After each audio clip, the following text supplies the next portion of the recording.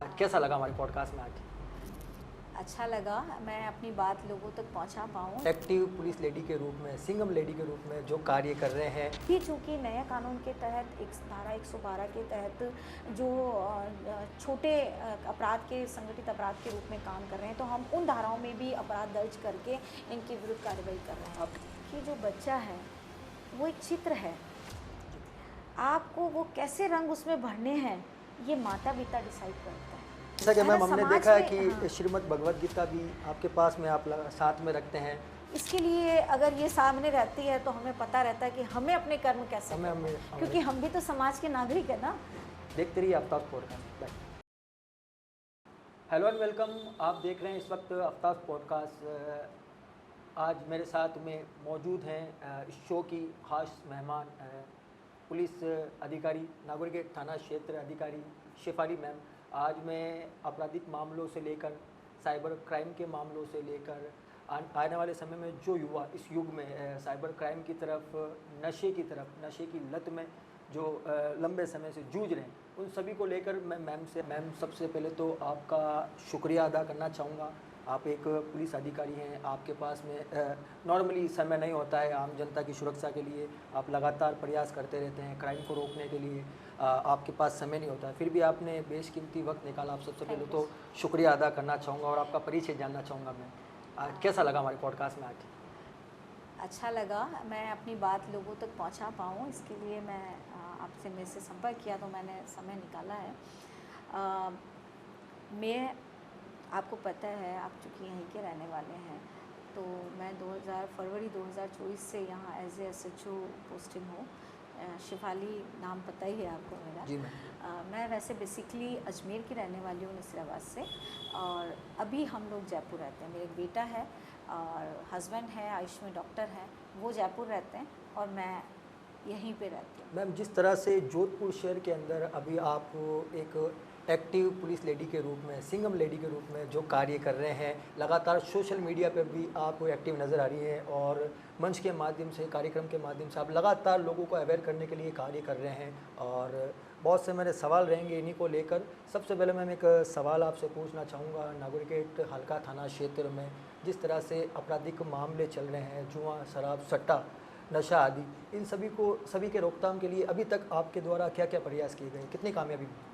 देखिए, यहाँ नागुरी गेट के अंदर चूँकि एक तो बहुत मज़दूर वर्ग ज़्यादा रहते हैं, गरीब तबका रहता है, साथ में शिक्षा की बहुत लोगों में कमी है। इस वजह से इन लोगों में, क्योंकि शिक्षा की कमी है, अवेयरनेस की कमी है, इसलिए लोग नशे की तरफ भी चले जाते हैं। पास में तलाल कॉलोनी है और भी है कॉलोनी, जिसके अंदर क्योंकि मज़दूर वर्ग रहता है तो उनका ये एक मानना रहता है कि पूरा दिन थक गए हैं तो शाम को नशा कर लिया जाए तो थकावट नहीं अवेयरनेस होती की है। एक इस जबकि थाना क्षेत्र में मैं बिल्कुल ये कमी है। कोशिश कर रही हूँ कि मैं उन्हें इस चीज़ के लिए मोटिवेट कर रही हूँ। मैं कहीं जैसे जो मजदूर वर्ग मुझे कई बार मिलते हैं जो नशा करे हुए थे, जिनको हम 60 में भी लेके आते हैं और उनके विरुद्ध कार्रवाई भी कर रहे हैं, तो मैं कोशिश करती हूँ कि उनमें इस अवेयरनेस को जागृत करें कि नशा करने से आप, क्योंकि आपको पेंशन कुछ मिलने वाली है नहीं, बुढ़ापे तक आपको काम करना, तो आपका शरीर स्वस्थ होगा तभी आप काम कर पाएंगे। तो नशा करने से बेटर है कि आप दूध का गिलास लें, हल्दी डाल के, कुछ ड्राई फ्रूट्स लें, कुछ मूंगफली, चने, कुछ ऐसी चीज़ें लें, जूस पिएं। चाय पीने की अपेक्षा जूस के ऊपर ध्यान दें, तो आपका कल जब दूसरे दिन आप जाएं तो ज़्यादा एनर्जी के साथ रहें। इसका बहुत इफ़ेक्ट भी पड़ रहा है, जो ये अवेयरनेस हमारी चल रही है इस तरीके, क्योंकि मैं लोगों से कनेक्ट रहती हूँ, जब भी गश्त में जाती हूँ तब भी लोगों से बातचीत करती रहती हूँ, तो इससे हम कर रहे हैं। और रही बात आपराधिक, ये जो शराब बेचना और ये जुआ वगैरह, इसके लिए भी हम जब हमें सूचना हमारे पास होती है, हम उनके विरुद्ध भी कार्रवाई कर रहे हैं। अभी चूँकि नए कानून के तहत एक धारा 112 के तहत जो छोटे अपराध के संगठित अपराध के रूप में काम कर रहे हैं, तो हम उन धाराओं में भी अपराध दर्ज करके इनके विरुद्ध कार्रवाई कर रहे हैं। आपके लगातार प्रयास किए जा रहे हैं। हाँ, बिल्कुल। इसके संबंध में अवेयरनेस को लेकर भी चल रहे आपराधिक हैं, मामलों को आपराधिक रोकने को मामले भी लेकर। दर्ज कर रहे हैं। अगर कोई इनमें इन्वॉल्वमेंट आ रहा है किसी का तो हम कर रहे हैं। अभी CP साहब की तरफ से भी हमारे बिल्कुल 8 बजे के बाद बिल्कुल शराबबंदी का पे बिल्कुल रोक है कि शराब नहीं बिकेगी। तो हम कानूनन तौर पे भी कार्रवाई कर रहे हैं और सामाजिक तौर पे लोगों में अवेयरनेस करके भी कार्यक्रम कर रहे हैं। मैम जैसा कि बच्चों के पहले शिक्षक उनके माता पिता होते हैं, तो एक माता पिता के लिए कितना ज़रूरी है अपने बच्चों को नशे की तरफ जाने से रोकना। उनके क्या क्या एक फ़र्ज़ बनते हैं कि वो अपने बच्चों को कैसे नशे की तरफ जाने से रोके, क्योंकि माता पिता एक पहले शिक्षक होते हैं बच्चों के, तो देखो वो कैसे रोक सकते हैं अपने बच्चों को उन तरफ जाने के लिए? मैं थोड़ी इसमें थोड़ी सी आध्यात्मिकता को भी जोड़ूंगी, क्योंकि मैं खुद थोड़ा ईश्वर की तरफ, मेरा ये मानना है कि जीवन अपना लक्ष्य निर्धारित होने चाहिए और इस तरफ जाते हैं। जब हम उस तरफ जाते हैं तो नॉलेज भी उसी संबंध में गेन करते हैं। एक चीज़ मेरा मानना है कि जो बच्चा है वो एक चित्र है, आपको वो कैसे रंग उसमें भरने हैं ये माता पिता डिसाइड करता है। केवल मात्र जब वो दुनिया में आ जाए तब से नहीं, वो गर्भ में है तब से। हमारी संस्कृति, भारतीय संस्कृति के अकॉर्डिंग तो आपको पता है कि जब गर्भस्थ शिशु होता है तब भी उसका संस्कार किया जाता है। और ये पहली माता पिता के वेरी फर्स्ट एक पूरा ऊपर होता है कि माता पिता कैसे अपने बच्चों को गर्भ जैसा वो सोच रहे हैं। लेकिन आजकल तो सब मोबाइल में लगे पड़े हैं, ना तो रामायण पढ़ रहे हैं, ना गीता पढ़ रहे हैं, ना भगवान का ध्यान कर रहे हैं, ना कोई भजन कर रहे हैं। तो फिर वो बच्चे जब संस्कार अंदर से तो लेके संस्कारित बच्चों को होना जरूरी है। जैसा कि मैम हमने देखा है कि श्रीमद् भगवद गीता भी आपके पास में आप साथ में रखते हैं और आपका धर्म से बहुत एक जुड़ाव है, उसको लेकर क्या बोलना चाहिए? इसका कारण मेरा ये मानना है कि आपको पता होना चाहिए कि भगवान के द्वारा कौन सी दिशा दिखाई गई है और आपको उस दिशा में अपने कर्म कैसे निर्धारित करने हैं। इसके लिए अगर ये सामने रहती है तो हमें पता रहता है कि हमें अपने कर्म कैसे करने हैं, क्योंकि हम भी तो समाज के नागरिक है ना, हम भी समाज के जिम्मेवार नागरिक हैं और हम भी समाज को दिशा देने का काम करते हैं। तो हमें अपने कर्म भी पता होने चाहिए। तो ये मुझे अपनी दिशा दिखाती रहती है, दिशा दिखाने का काम करता है कि हम सही गलत का आपको ज्ञान होना चाहिए। और फिर मैं ये मानती हूँ कि पुलिस अधिकारी एक न्याय की कुर्सी पे बैठा होता है, पहला न्याय एक पुलिस अधिकारी ही करता है, SHO ही करता है। तो जब वेरी फर्स्ट डे बच्चा नशा करता है या वेरी फर्स्ट डे बच्चा कोई गलत काम करता है, तो अगर उसी दिन उसको टोक दिया जाए, उसी दिन उसको पनिशमेंट दे दिया जाए, तो बच्चा आपराधिक मामलों से आने वाले समय में दूर रहेगा। क्योंकि देखो मैं एक चीज़ बताऊँ आपको, मैं जब यहाँ नागुरी गेट आई थी तब भी मैंने देखा कि छोटे छोटे 10-10 साल के बच्चे सिगरेट पीते थे। मैं इसीलिए बच्चों से मैंने बहुत कनेक्शन जोड़ा। यहाँ के जो छोटे छोटे बच्चे जो आने वाले समय के युवा बनेंगे और नागरिक बनेंगे देश के, हमने उन तक में प्रयास करने की कोशिश की है कि उनको भी मैं मोटिवेट करूँ अच्छी डाइट के लिए, अच्छी एजुकेशन के लिए, समय पे घर जाने के लिए, समय पे सोने के लिए, सुबह उठने के लिए, एक्सरसाइज करने के लिए, वो भी मैं पूरी कोशिश कर रही हूँ। जैसे आपके माध्यम से फाइनेंशियली एजुकेशन भी दी जा रही है, जिसका पुलिस से एक बहुत थोड़ा कम संबंध होता है, तो इसके बारे में थोड़ा जानना चाहेंगे, जैसा कि हमने सुना है। मेनली देखो, हम लोगों को कमाना तो सबको सिखाया जाता है ना। पैसा हम पैसे के लिए काम करें ये तो हमें सिखाया जाता है, लेकिन पैसा हमारे लिए कैसे काम करे हमें ये नहीं सिखाया जाता। चूँकि यहाँ गरीब तबका है, मैंने ऐसी परिस्थितियाँ यहाँ पे देखी कि 10-10, 20-20 हज़ार रुपये के लिए बड़ी विकट उनके लिए स्थिति हो जाती है। अगर किसी के पास 20,000 रुपये की भी ज़रूरत पड़ जाए या 30,000 की ज़रूरत पड़ जाए, उनके पास पैसा नहीं रहता। मैं कई बार बच्चों से बात करती हूँ तो मैं उनसे पूछती हूँ, अच्छा हाथ खड़े करो, किस किस के खाते में 20,000 रुपये, तो कोई खाता हाथ नहीं ऊपर कर पाता। यानी कि आप आर्थिक स्थिति देख सकते हैं, इससे पता चलता है कि बहुत कमज़ोर है आर्थिक स्थिति। रोज़ कमाना, रोज़ खाना, 400-500 हज़ार रुपये रोज़ लाएंगे, रोज़ खाएंगे। तो मैं उनको बोलती हूँ कि तुम अपने छोटा छोटा पैसा जोड़ो।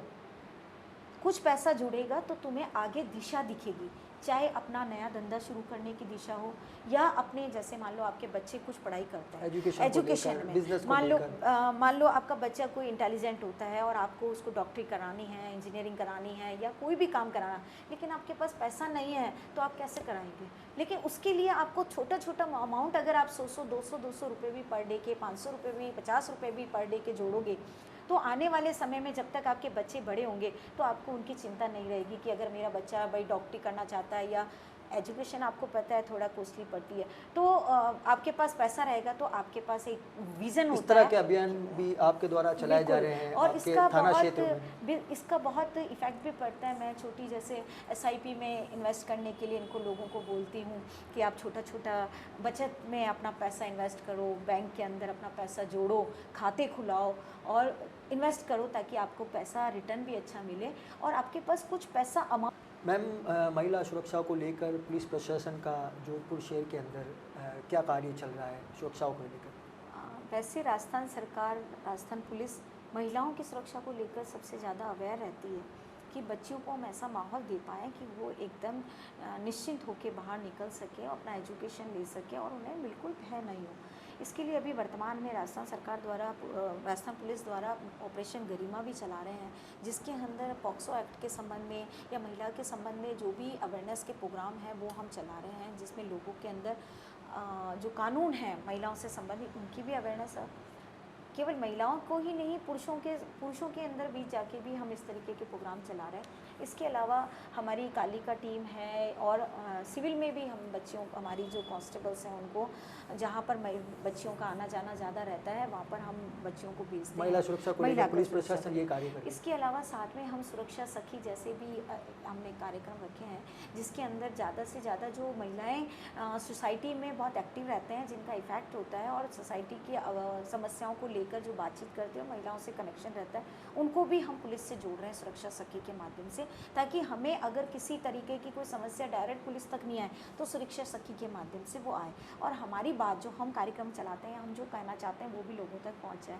तो ये सुरक्षा सखी का भी एक हमारे प्रोग्राम वर्तमान में चल रहा है। जिस तरह से महिला सुरक्षा की बात हुई है, तो अभी जो नाबालिग बच्चियां हैं वो घरों से मैम जा रही हैं, उनको लेकर पुलिस प्रशासन का एक बहुत बड़ा हम लोगों के साथ इशू है, बहुत बड़ा, क्योंकि आजकल सोशल मीडिया का इतना इफ़ेक्ट हो गया है कि मीडिया के ऊपर कोई लोग अपना वीडियो डालेंगे, फ़ोटो डालेंगे और बच्चियां जैसे इंस्टाग्राम हुए और अन्य जो ऐप आते हैं उनके ज़रिए उनसे बातचीत करने लग जाती है। उनका बैकग्राउंड उन्हें नहीं पता होता कि ये अपराध करता है या ये नशा करता है या किस इसका परिवार कैसा है, क्योंकि हम लोग जब बच्चियों की शादी ब्याह करते हैं तो हम सब चीज़ देखते हैं, बड़े तो घर परिवार वाले तो सब देखेंगे, लेकिन वो सिर्फ एक उसका अट्रैक्शन। माता पिता का इसमें क्या होना चाहिए अपने बच्चों के लिए, कैसे रोक सकें?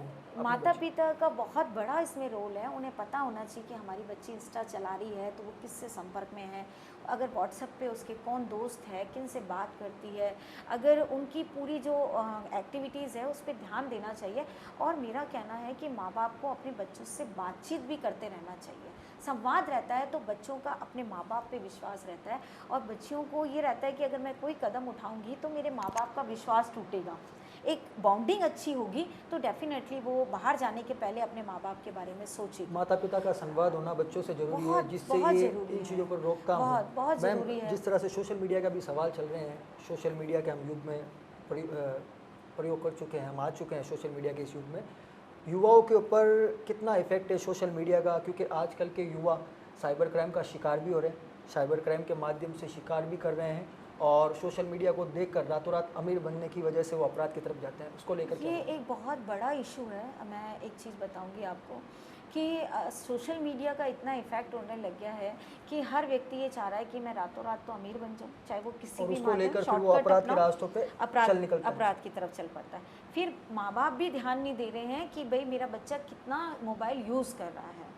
साइबर क्राइम को लेकर आप देखेंगे कि हमारे यहाँ पर जोधपुर के अंदर भी साइबर के बहुत सारे केसेस हुए हैं।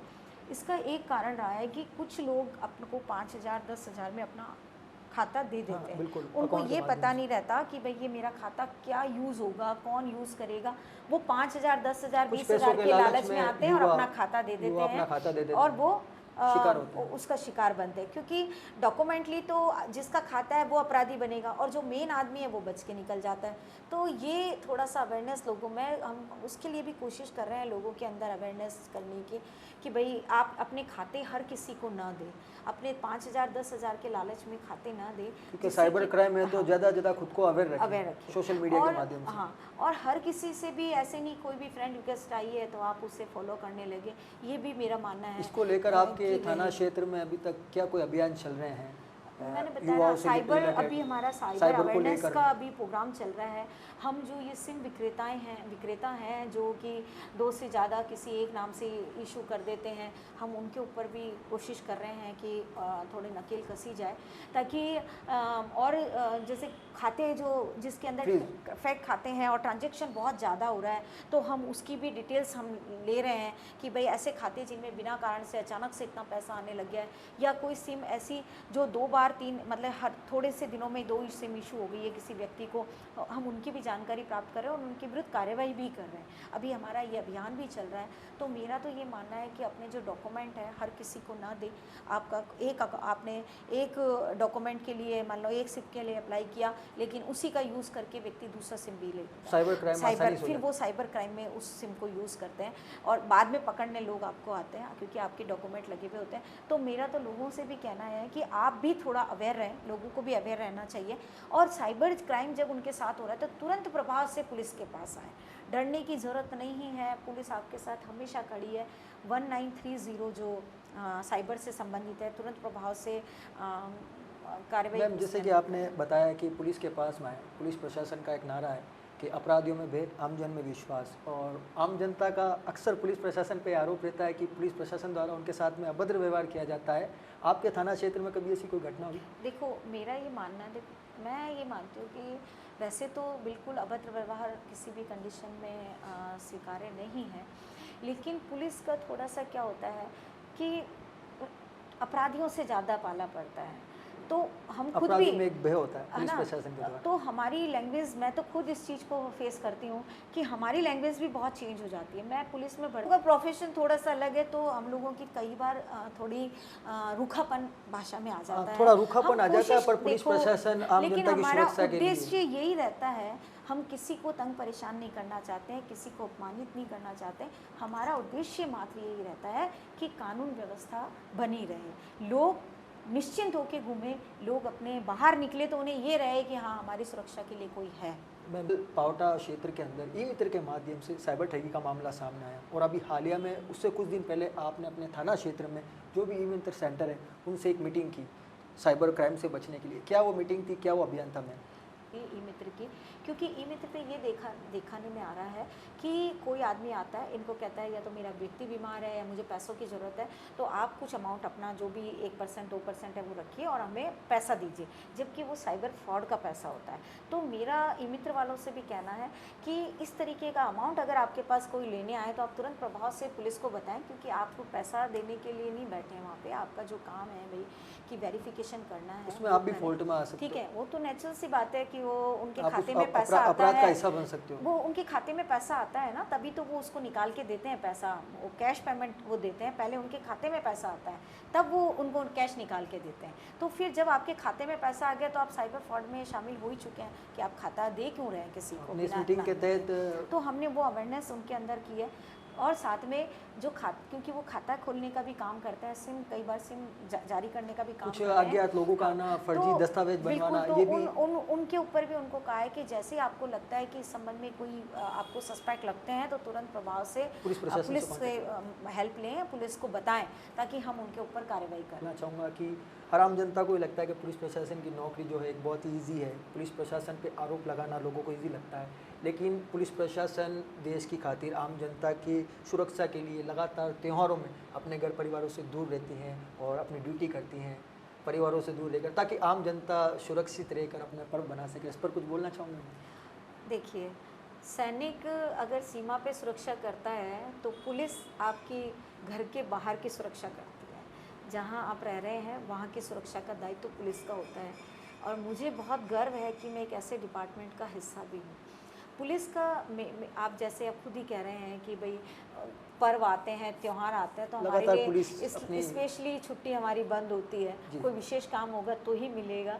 तो मेरा मानना है कि पुलिस भी आपको लगता है कि इजी है जॉब करना, लेकिन हमारे मेरे बहुत सी जिम्मेदारियां 12 से 16 घंटे तक हम लोगों को काम करना पड़ता है। हम ये नहीं कह सकते कि हम थक गए हैं, हमें उतना स्मार्टली उतनी एक्टिवली आप नौकरी करनी पड़ती है। और लेकिन हमारा एक सेटिस्फेक्शन होता है जब कोई त्यौहार बहुत शांति से बन जाता है बिना किसी विवाद के, या कोई भी जैसे झांकी निकलती है, कोई भी त्यौहार बनता है, जुलूस निकलता है और वो एकदम पीसफुल, वही हमारा रिवॉर्ड रहता है कि आज दिवाली अच्छी बन गई, अच्छा सब लोगों ने अच्छी दिवाली बना ली, ये हमारा रिवॉर्ड जनता ने सुरक्षित त्यौहार बना लिया, पुलिस ये प्रशासन का हमारा यही रिवॉर्ड है कि सब लोग ये कहते हैं कि मैडम अब की बार दिवाली पे कोई झगड़ो नहीं हुई हो, तो बस ये हमारी पुलिस प्रशासन का दायित्व रहता है कि हर पर्वों को सुरक्षित बनवाया जाए, अच्छे से वो हो जाए, व्यवस्थाओं के रूप में लोगों को किसी तरह की कोई परेशानी ना हो, बहुत अच्छे से लोग आराम से अपने पर्व मना सकें। यही हमारा इनाम है और हम इसी से खुश होते हैं। आप मानेंगे नहीं कि हमको शायद मेरे को या मुझे क्या सभी जो भी पुलिस में फील्ड में नौकरी कर रहे हैं वो दिवाली घर की नहीं बनाते कोई सा भी त्योहार, चाहे होली हो, दिवाली हो, कोई भी बड़े त्यौहार है वो घर के नहीं बनाते हैं हम। लेकिन मैंने आपको बताया ना, वो सेटिस्फेक्शन हमारा यही है कि बाकी सब दिवाली पुलिस प्रशासन आम जनता से बस आम जनता के लिए काम करती है और आम जनता ने अगर त्यौहार अच्छे से बना ले तो पुलिस प्रशासन ने बना लिया, यही हमारा रिवॉर्ड। एक सवाल ये पूछना चाहूँगा, जैसा कि हमने सोशल मीडिया पे भी देखा है और मंचों के माध्यम से आपने जो है भजन कीर्तन करने का भी आपने कार्य किया था, तो कितना समय मिल पाता है पुलिस प्रशासन की नौकरी से वहाँ तक?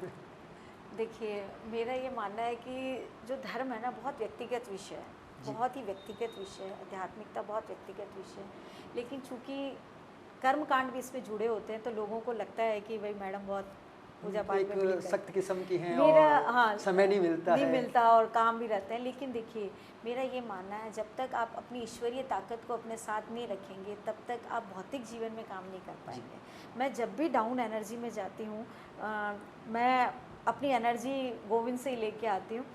आप विश्वास नहीं करेंगे, बहुत व्यक्तिगत बात है कि मैं चाहे रात को 11 बजे गश्त से आऊँ, चाहे 12 बजे गश्त से आऊँ, मेरे भगवान को मैंने मेरी तरफ से सेट कर रखा है। मैं रात को आके स्नान करके फिर मैं अपनी पूजा पाठ में बैठती हूँ। ये मैं ही नहीं, मुझे लगता है काफ़ी लोग जो पुलिस में काम करते हैं दिन में उनको टाइम नहीं मिलता, तो वो जो अपना व्यक्तिगत समय है वो उस समय पूजा पाठ करते हैं। और कई जगह मुझे, क्योंकि चाहे वो कोई सी भी कम्युनिटी हो, मुझे अपने हर धार्मिक आयोजन में वो लोग बुलाते हैं और संस्थाओं से भी जुड़ाव है। हाँ, वो सभी मुझे कार्यक्रम सभी अपने कार्यक्रमों में मुझे सारे आपकी सराहना प्यार करते हैं लोग। वो प्यार बहुत ज़्यादा है, ये मुझे है। बहुत ज़्यादा प्यार मिलता है। मैं इसके लिए बहुत महादेव की बहुत शुक्रगुजार हूँ, गोविंद की। गोविंद कहते हैं ना कि मुझे प्यार करके देख, दुनिया को तेरा दीवाना ना बना दूँ तो कहना। तो मैं तो मेरे गोविंद की कृपा मानती हूँ, महादेव हमारे सिर पे विराजते हैं। तो हम मेरा ये मानना है कि अगर हम आध्यात्मिक होते हैं हमें एक दिशा मिलती रहती है, हमें अपने दिशा दिखाने का काम करते हैं। बिल्कुल सही गलत जो कर्म क्षेत्र है वहाँ पर हमें दृढ़ता से न्याय करने के लिए और बुराइयों से दूर रहने की दृढ़ता हमें अपना आध्यात्मिक ऊर्जा ही हमको देती है, हमारी जो इंटरनल एनर्जी है वो ही हमें देती है। तो मेरी चूँकि रुचि है और मैं विश्वास करती हूँ मंचों के माध्यम से आप तो अपनी मैं रुचि को पूरा वो आपने मेरा गाना देखा होगा, तो वो सोशल मीडिया पे वो भजन हो रहे थे, वो थोड़ी बदमाशी कर रहे थे, तो मैंने फिर उनको कहा, मैंने कहा भाई भजन करो तो हृदय से करो, तो उन्होंने मुझे थोड़ा प्रपोज कर दिया, मैडम आप भी गाइए। तो मेरा ये मानना है कि धर्म से जुड़ाव जरूरी, आपका अध्यात्म ईश्वरीय ताकत से आपका कनेक्शन हमेशा होना चाहिए ताकि आप इस जीवन को सफल बना सकें। जी मैम, बहुत ही अच्छा लगा आपसे बात करके। एक आखिरी सवाल पूछना चाहूँगा, ये सोशल मीडिया से रिलेटेड आपने कार्यक्रम के माध्यम से जिस तरह से बताया था कि नागोरीगेटी थाना क्षेत्र इलाके में अपराधियों की जनसंख्या चरम सीमा पे है। अपराध देखो, अभी तो हमने कोशिश करी है क्योंकि यहाँ मेनली अपराध लड़ाई झगड़े के हैं। मैंने बताया ना आपको, शिक्षा की थोड़ी कमी है तो इसलिए बच्चे अपराध की तरफ चले जाते हैं। ये एक मुख्य कारण है। हाँ, बहुत बड़ा रीज़न है, बहुत बड़ा रीज़न। जैसा कि आपने बताया 2.5 किलोमीटर के इस एरिया में 7,000 के समथिंग अपराधियों की 2.5-3 किलोमीटर का मेरा एरिया है और उसके अंदर अभी हमने ऑनलाइन डाटा किया था, उसमें हमने लगभग 6,500 लगभग 6800 करीब हमने किए हैं। 6 मेरे यहाँ हार्ड कोड हैं। जो डाटा है वो तो सबके सामने ही है, लेकिन हम कोशिश कर रहे हैं कि कोई अपराधी नहीं बने। अपराध से दूर रहिए, इसका अंत हमेशा बुरा है, किसी को कुछ नहीं मिलता है। लड़ाई झगड़ा करने से, अपराध की तरफ जाने से, अगर हमने किसी का दिल दुखा दिया फिर आपने जीवन में किया क्या? जीवन का एक मोल होना चाहिए, कुछ ऐसा गोल होना चाहिए कि आगे जाके हमें आपको करना जीवन क्या में है। देखो, मेरा ये मानना है कि प्रत्येक नागरिक प्रत्येक नागरिक देश का सबसे इम्पॉर्टेंट है। उसे अपने देश को आगे बढ़ाने में क्या योगदान करना है, ये हर व्यक्ति को डिसाइड होना चाहिए। ये हर युवाओं के लिए जैसे ज़रूरी है। मैं हूँ, मेरे लिए सब कुछ, मैं भी बाद में आती हूँ, पहले मेरा देश आता है, पहले मेरे लिए सोसाइटी आती है कि मैं इस देश के लिए मैं कितना कुछ कर सकती हूँ। मैं मेरे जो आदर्श रहे हैं, एपीजे अब्दुल कलाम रहे हैं, विवेकानंद रहे हैं, मैं उनकी जीवनी मैंने पढ़ी है, उन्हीं को मैंने फॉलो फॉलो किया है लोगों को। अध्यात्म में लेंगे तो रामकृष्ण परमहंस के भी मैं बहुत प्रवचन सुनती हूँ। तो मेरा मानना है कि देश पहले, और हम, चाहे वो आप हो चाहे मैं हूँ, मैं जिस भी जगह पर हूँ, मैं अपना 100% दूंगी ना, तो मेरे देश को विकसित भारत बनने में कोई नहीं रोक जी सकता। मैम, युवाओं की एक युवाओं के बहुत लिए बड़ा एक कर्तव्य है युवाओं का, बिल्कुल, और युवाओं बच्चों के का, लिए बहुत युवाओं ज़रूरी है। का, मैं कह रही हूँ एक स्वीपर भी अगर है, एक सफाई करने वाला भी है, एक बर्तन मांजने वाला भी है, अगर वो भी ये सोच ले कि मुझे अपना 100% देश को देना है, तो इस देश को, मैंने कहा ना, विकसित भारत बनने से कोई नहीं रोक सकता। जी मैम, भारत में वैसे ही बहुत एनर्जी है। आपका बहुत शुक्रिया मैम, आपने इस पॉडकास्ट के माध्यम से आज Thank हम you so जैसे much. युवाओं को, थाना क्षेत्र को नहीं बल्कि जोधपुर शहरवासियों को, साइबर क्राइम को लेकर आपने बात की, युवाओं में जो नशे की लत है उसको लेकर बात की, काफ़ी आपने बातें की कि आध्यात्मिकता से जुड़े हैं, वो भी एक बहुत ज़रूरी है जीवन के लिए, जीवन में कैसे आगे बढ़ें, कैसे हम अवेयर रहें और कैसे युवा इस देश को विकसित कर सकते हैं। ये थी हमारे साथ में जोधपुर नागरिक थाना अधिकारी शेफाली मैम, जिन्होंने बड़ी बेबाकी से आज इस पॉडकास्ट के माध्यम से हमें बहुत अवेयर किया है और एक बहुत ही अच्छा पॉडकास्ट दिया है। और हम आशा करते हैं कि मैम इसी तरह से अपने जीवन काल में लोगों से जुड़ी रहें और लोगों के लिए सुरक्षा प्रदान करें और लोगों के साथ में रहें और हमेशा हमें और थाना क्षेत्र को अवेयर करती रहें। देखते रहिए आफ्ताब पॉडकास्ट। बाय।